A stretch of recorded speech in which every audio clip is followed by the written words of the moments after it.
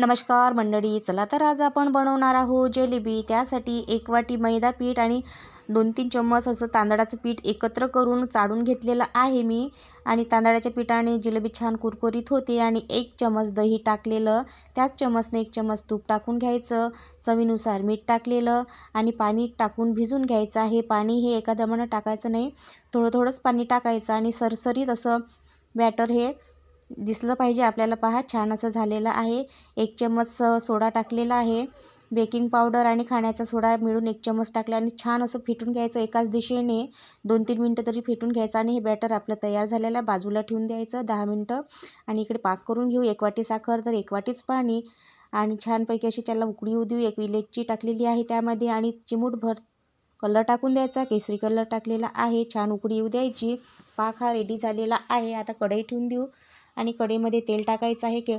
जिलेबी करते वेळेस कढई ही आपल्याला पसरटच पाहिजे असते, गोल कढईमध्ये जिलेब्या छान होत नाही।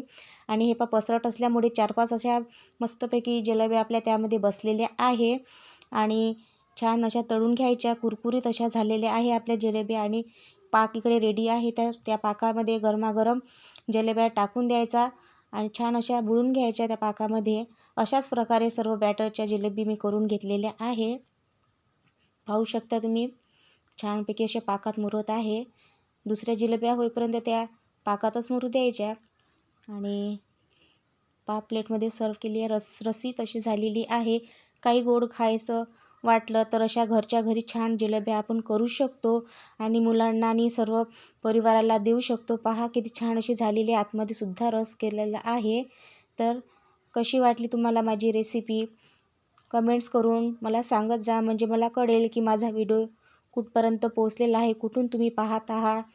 तर लाईक करा व्हिडिओला, सबस्क्राईब करा आणि कमेंट्स आवर्जून करत जा आणि तुमच्या मित्रमंडळींना शेअर करा। धन्यवाद।